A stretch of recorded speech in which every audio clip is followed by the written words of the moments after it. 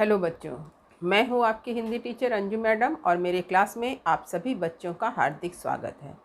बच्चों, हम लोग क्लास 12 के यानी West Bengal council of higher secondary के द्वारा 2021 में जो क्लास 12 हिंदी फर्स्ट लैंग्वेज की परीक्षा आयोजित की जाएगी, उसके सिलेबस को जानने के बाद 2020 के प्रश्न पत्रों की चर्चा करने के बाद आज मैं हिंदी पाठ संचयन प्रथम भाषा अ के प्रत्येक पाठ के प्रश्नों की मैं चर्चा करूंगी कि आपको प्रत्येक पाठ में से कौन कौन से प्रश्न पढ़ने हैं, कौन कौन सी व्याख्याएं आ सकती हैं परीक्षा में। ऐसे तो मैं कहना चाहूँगी कि प्रत्येक बच्चे को किसी भी विषय के प्रत्येक पाठ का समुचित अध्ययन करना बहुत ज़रूरी होता है, क्योंकि अगर वे पाठ को अच्छी तरह से नहीं पढ़ेंगे तो उसे विषय से संबंधित पूरी जानकारी नहीं प्राप्त होगी। फिर भी मैं आप लोगों के सामने कुछ प्रमुख प्रश्नों को लेकर आज उपस्थित हूँ। आज मैं निबंध कुटज जो हजारी प्रसाद द्विवेदी द्वारा लिखित है, इस निबंध को लेकर आपके सामने उपस्थित हूँ कि इस पाठ में से परीक्षा में किस प्रकार के प्रश्न पूछे जाते हैं, कौन कौन से महत्वपूर्ण प्रश्न परीक्षा में आ सकते हैं और कौन कौन सी व्याख्याएं आपको पढ़नी है। यानी व्याख्यामूलक प्रश्न और लॉन्ग आंसर टाइप क्वेश्चन को लेकर मैं आपके समक्ष उपस्थित हूँ। तो सबसे पहले मैं आपको लॉन्ग आंसर टाइप प्रश्न के बारे में बताती हूँ कि कुटज पाठ से किस प्रकार के प्रश्न परीक्षा में पूछे जाने की संभावना है। कुटज, पहला देखिए, कुटज निबंध का मूल भाव या सारांश अपने शब्दों में लिखो। यानी एक सबसे महत्वपूर्ण प्रश्न यह बनता है कि आपने कुटज निबंध के बारे में जो पढ़ा है उसका मूल भाव आप अपने शब्दों में लिखिए। दूसरा है, कुटज निबंध के माध्यम से लेखक ने किस उद्देश्य की स्थापना की है अथवा कुटज निबंध के माध्यम से लेखक ने क्या संदेश दिया है। यानी प्रत्येक निबंध का या कहें किसी भी रचना का एक उद्देश्य होता है, लेखक कोई ना कोई संदेश देना चाहता है। तो आपको कुटज निबंध से ना है कि इस निबंध के माध्यम से लेखक ने क्या संदेश दिया है या उन्होंने किस उद्देश्य की स्थापना की है। अगला प्रश्न है, देखिए, वर्तमान समय में कुटज निबंध की प्रासंगिकता या औचित्य को स्पष्ट कीजिए। देखिए, यहाँ पर प्रासंगिकता या औचित्य, इस बात का अर्थ ही बच्चे नहीं समझ पाते हैं। प्रासंगिकता मतलब आज के समय के लिए, वर्तमान समय में यह निबंध जो है प्रासंगिक यानी आज के लिए अनुकूल है कि नहीं, ये आज के समय को बतलाता है कि नहीं, ये आज के समय की समस्याओं को दर्शाता है कि नहीं, या इस निबंध की आवश्यकता आज के समय में है कि नहीं। इन्हीं सारी बातों को ही हम प्रासंगिकता के रूप में जानते हैं कि कुटज निबंध में लेखक ने जो भी बातें कही है वो आज के समय के लिए आज के लोगों को उपदेश दे रही है कि नहीं, या आज के समय में लोगों को उससे उपदेश ग्रहण करना चाहिए या नहीं। तो इस दृष्टि से आपको कुटज निबंध की प्रासंगिकता को लिखना है।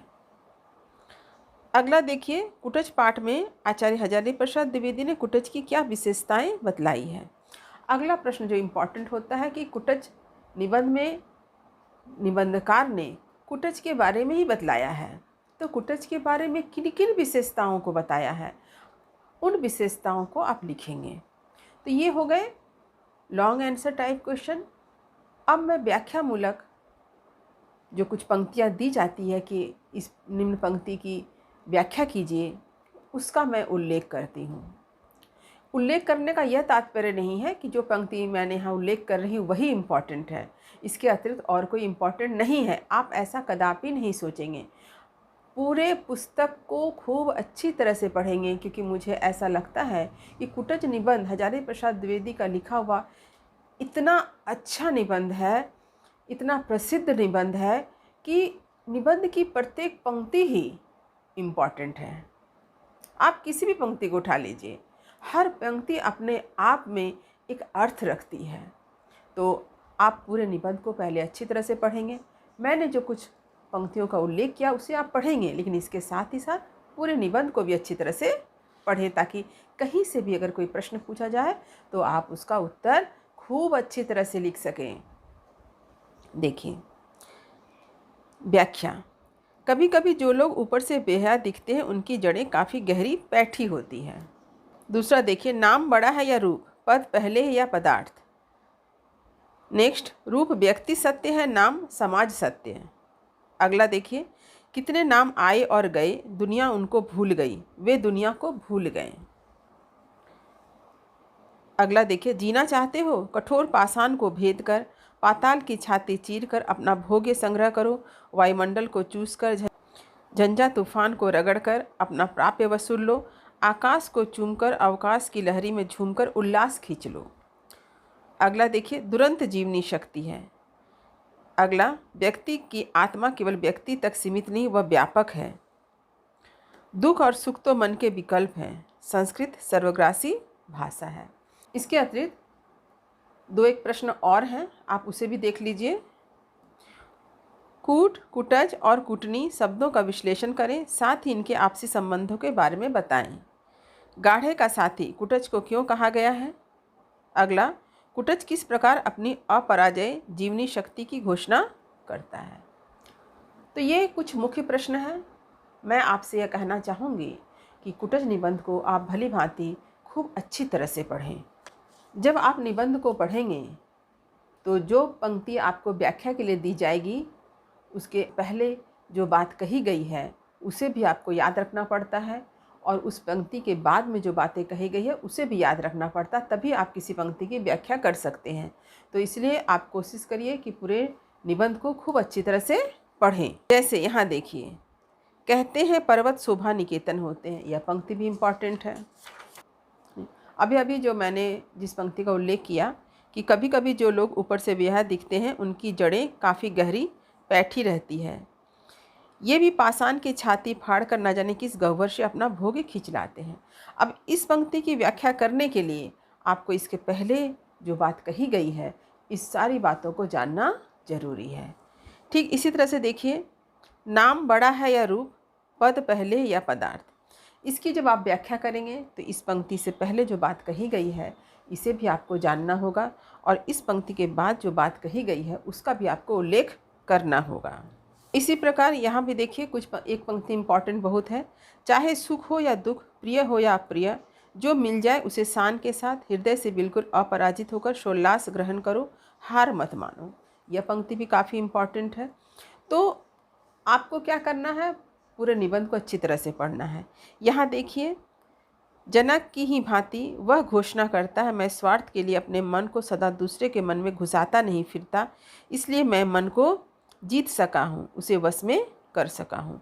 और अंत में देखिए, कुटज अपने मन पर सवारी करता है, मन को अपने पर सवार नहीं होने देता।